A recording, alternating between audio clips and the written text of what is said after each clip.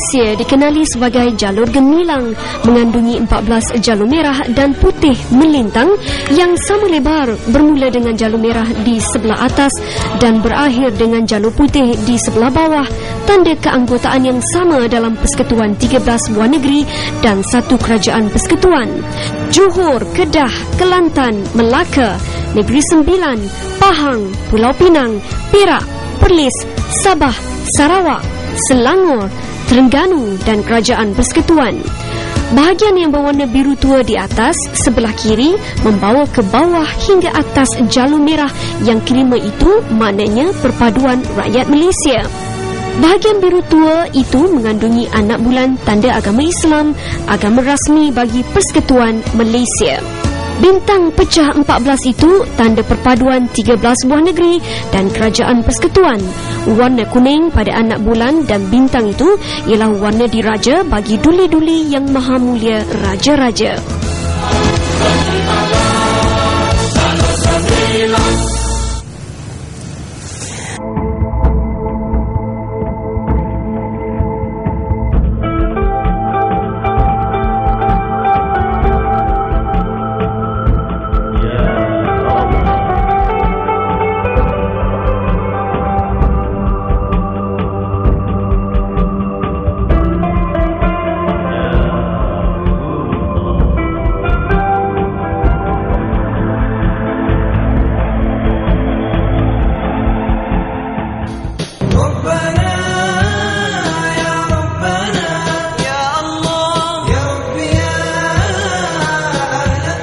Kesenian Islam memiliki khazanah sejarahnya yang tersendiri.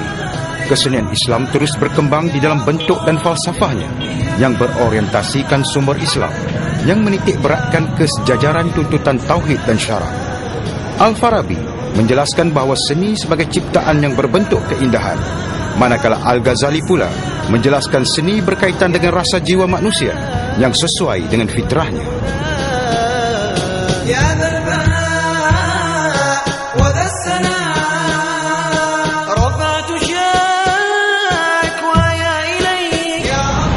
Kesenian dalam Islam adalah kesinambungan daripada kesenian pada zaman silam yang telah berkembang dan dicorakkan oleh konsep tauhid yang tinggi kepada Allah Subhanahu wa taala.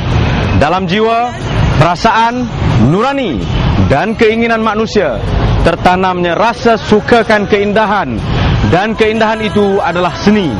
Sebenarnya, kesedaran mengenai keindahan adalah satu faktor yang amat penting dalam Islam. Faktor penting dalam seni ialah hakikat, ketulinan, kesucian dan kejujuran. Semua ini terjalin dalam jiwa orang-orang Islam. Seni menjadi bahan perantaraan yang menghubungkan satu jiwa pencipta dengan satu jiwa lain, yaitu pengamat. Jiwa seni mestilah ditundukkan kepada fitrah asal kejadian manusia, kerana kebebasan jiwa dalam membentuk seni adalah menurut kesucian fitrahnya yang dikurniakan Allah Subhanahu wa taala.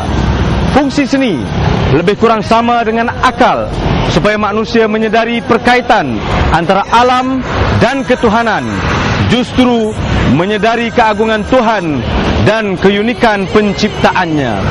Kini saya berada di kota Surabaya untuk membahaskan topik berkenaan dengan kasidah itu seni.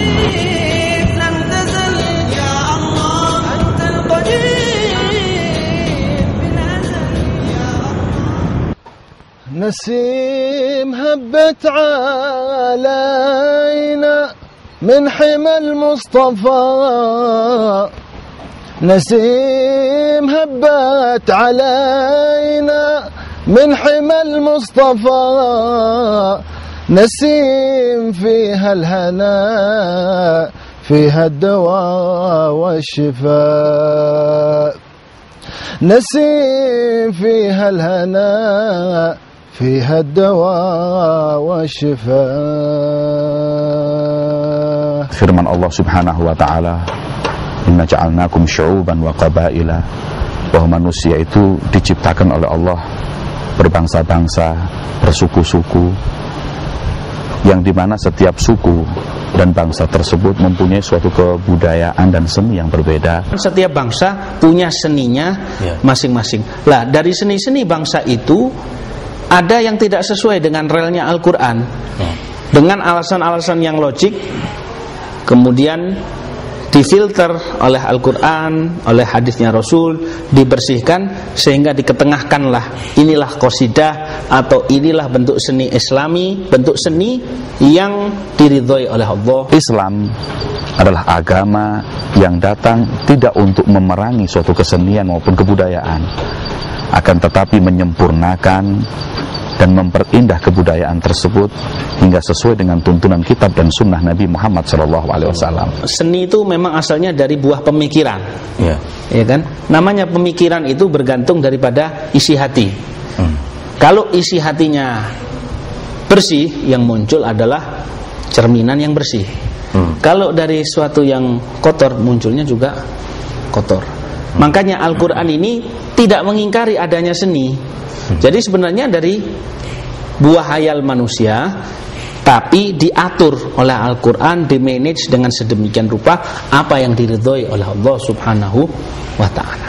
Wayang kulit dahulu ceritanya adalah cerita yang hayal, cerita yang fiktif, cerita yang penuh dengan kebohongan dan bahkan penuh dengan kesesatan. Para wali songo datang bukan untuk menghancurkan wayang, akan tetapi justru wayang itu dia gunakan sebagai wasilah perantara untuk berdakwah. Intinya satu seni itu adalah suara-suara yang indah. Intinya adalah suara-suara indah atau kalimat-kalimat yang indah. Kalimat yang indah itu pengungkapan seseorang kepada sesuatu yang dipuja. Kalau yang dipuja itu adalah Tuhannya, yang dipuja misalkan di luar daripada agama kita, ya kita tidak bisa memakai itu.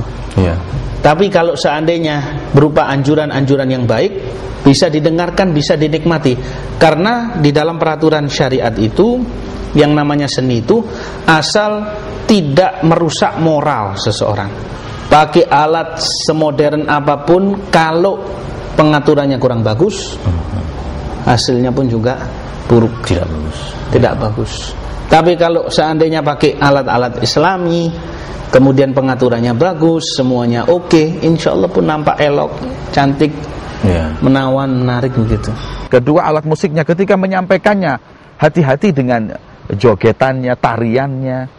Jangan sampai tarian itu ada tarian yang na'udzubillah dengan tamayul, dengan badan-badan yang membuat birahi dan syahwat orang yang melihat itu terangkat.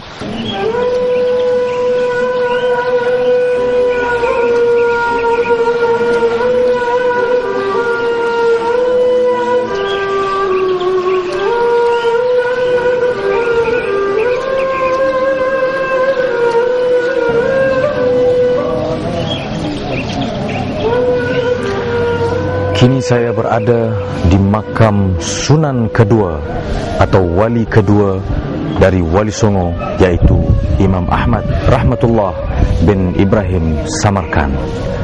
Beliau berasal dari Champa yang kemudiannya berhijrah ke Majapahit untuk bertemu ibu saudaranya. Beliau kemudiannya berkahwin di sana dan terus diberikan tanah Ampel Denta ini. Semasa hayatnya, beliau telah banyak berjasa menyebarkan dakwah Islamiyah di sekitar kawasan ini dan di seluruh pulau Jawa. Beliau telah melahirkan ramai murid yang kebanyakannya juga menjadi wali beserta 2 orang anaknya, yaitu Sunan Bonang dan Sunan Derajat. Malah salah seorang muridnya yang paling terkenal ialah Sunan Giri yang kemudiannya menjadi menantunya.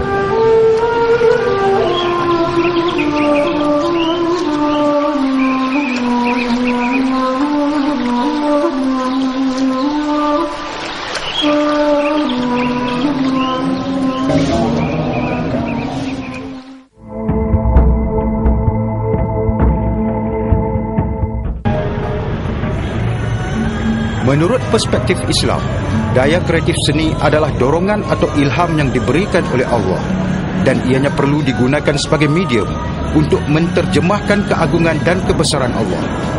Berseni haruslah bermatlamatkan kepada perkara-perkara makruf, yakni kebaikan dan berakhlak.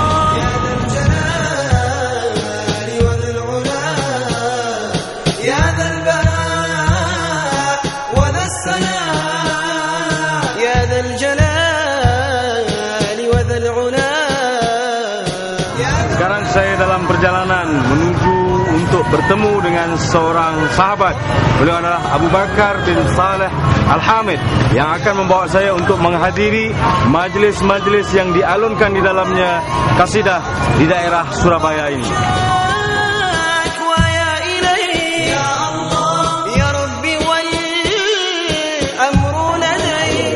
Penyebaran Islam di Tanah Jawa sebagian besar dilakukan oleh Wali Songo yang bermaksud 9 wali.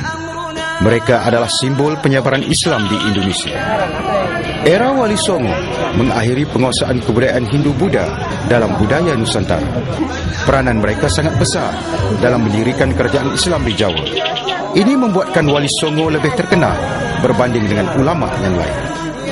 Arus kebangkitan Islam di daerah Jawa bermula ketika kerajaan Majapahit semakin lemah. Ruang ini dimanfaatkan oleh Wali Songo sehinggalah dapat mendirikan kerajaan Islam pertama di Pulau Jawa, iaitu Kerajaan Demak. Wali Songo menyebar dan mengembangkan dakwah melalui perdagangan, pernikahan dan pendidikan dengan penubuhan pesantren atau sekolah pondok. Pesantren Ampel Denta dan Giri adalah 2 institusi pendidikan Islam termasyhur pada ketika itu.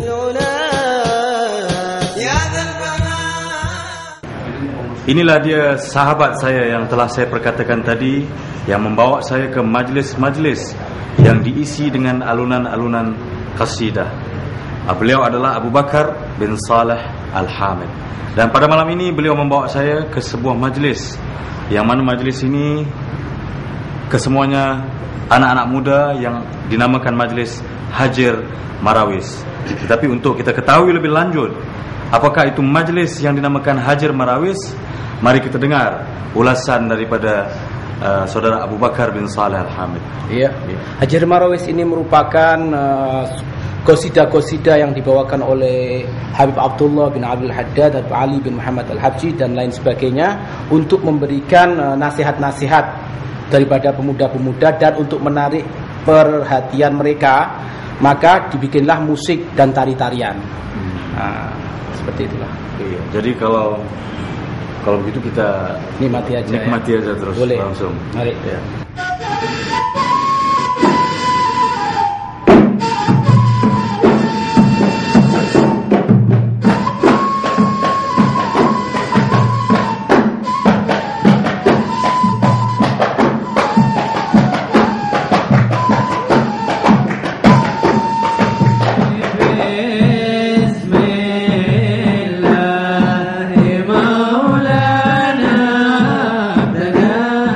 Seni Islam merupakan sebahagian daripada kebudayaan Islam.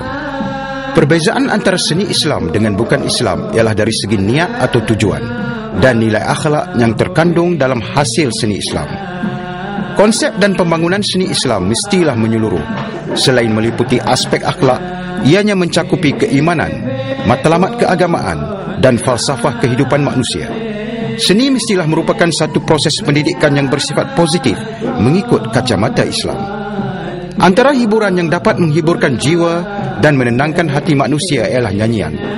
Hal ini dibolehkan oleh Islam selagi ianya tidak dicampuri lirik-lirik kotor yang mengarah kepada perbuatan dosa serta muzik yang tidak membangkitkan nafsu. Malah disunatkan hiburan itu seperti pada hari raya, perkahwinan, akikah dan waktu lahirnya seseorang bayi. Dalam Islam, seni tidaklah bermatlamatkan hiburan, tujuan keduniaan ataupun keseronokan semata-mata. Islam telah menggariskan kesenian sesuai mengikut naluri dan fitrah semula jadi manusia. Sewajarnya lah manusia mengemudi seni mengikut fitrah manusia yang sedia ada, berbekalkan sempadan syariah demi kesejahteraan jiwa dan dunia manusia. Justru kesenian yang beretikakan nilai-nilai Islam dapat memberi sumbangan serta berperanan untuk menyatukan ummah. Bahkan sekiranya betul pembawaan seni itu, ianya dikira sebagai suatu ibadah pula. Seni dalam Islam seharusnya dapat menanam rasa khusyuk kepada Allah, di samping memberi ketenangan dalam jiwa manusia sebagai makhluk Allah yang diciptakan dengan fitrah yang gemar kepada kesenian dan keindahan. Oleh sebab itu, seni dalam Islam adalah seni kerana Allah untuk manusia, makhluk dan alam.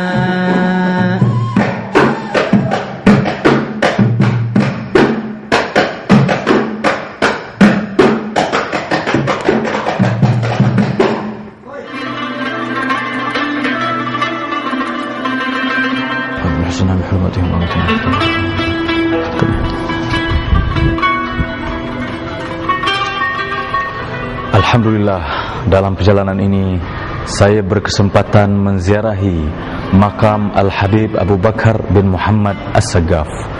Beliau dilahirkan di kota Besuki, Jawa Timur, dan beliau wafat pada 17 Zulhijjah 1376 Hijrah, atau bersamaan dengan 15 Julai 1957. Bapanya telah meninggal dunia ketika beliau berusia 5 tahun.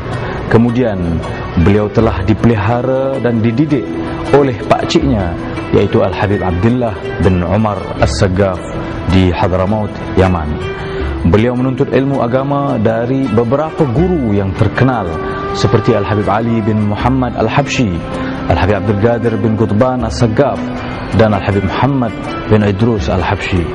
Dikatakan sewaktu hayatnya beliau menyepikan diri beramal ibadat selama 15 tahun di dalam kamar rumahnya tanpa menemui sesiapa pun.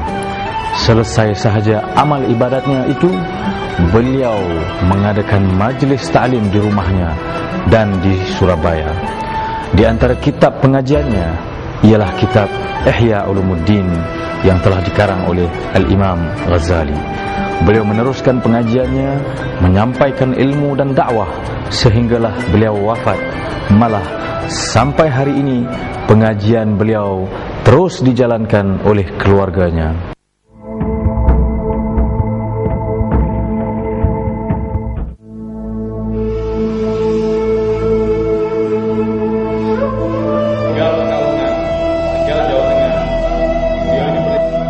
Kini saya berkesempatan untuk menziarahi makam Al-Habib Muhammad bin Idrus Al-Habsyi yang telah wafat pada tahun 1919. Al-Habib Muhammad bin Idrus Al-Habsyi dilahirkan di Hautah, Hadramaut. Beliau dikatakan telah berhijrah ke negara Indonesia untuk menyebarkan agama Islam. Beliau adalah seorang wali Allah yang mempelopori majlis hall pertama di Indonesia, yaitu hall kepada Al-Habib Muhammad bin Tahir Al-Haddad yang berada di kota Tegal, Jawa Tengah.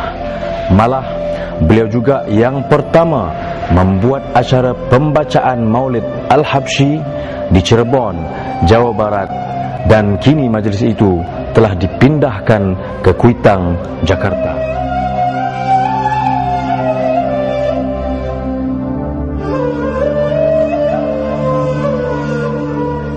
Ya Rabbi bihim wa bi'alihim ajil bin nasri wa bil faraji ya Rabbi bihim wa bi'alihim ajil bin nasri wa bil faraji ya Rabbi bil Mustafa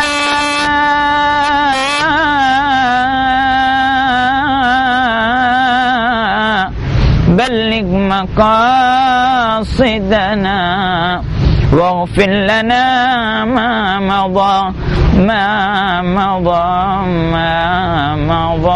يا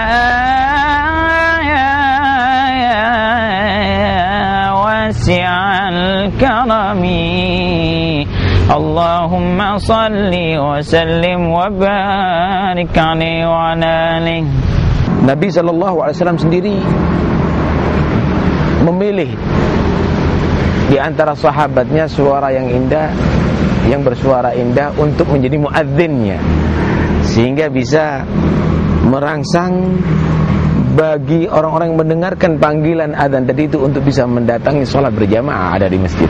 Apabila syair seperti yang tadi kita sama-sama mendengar tentang bagaimana indahnya kita itu berdekat, mempunyai hubungan dengan Nabi besar Muhammad SAW, maka ini hikmah. Tapi kalau syair yang di situ mengajak orang untuk berbuat kemaksiatan atau berkata-kata yang kotor dan lain-lainnya, ini adalah syair yang na'udzubillah membawa petaka bagi orang tersebut. Biasakanlah kesenian tadi itu terarah yang positif, mengajak orang untuk ingat kepada Allah, mengajak ingat orang tadi itu untuk cinta kepada Rasulullah, untuk mengerjakan perintah Allah.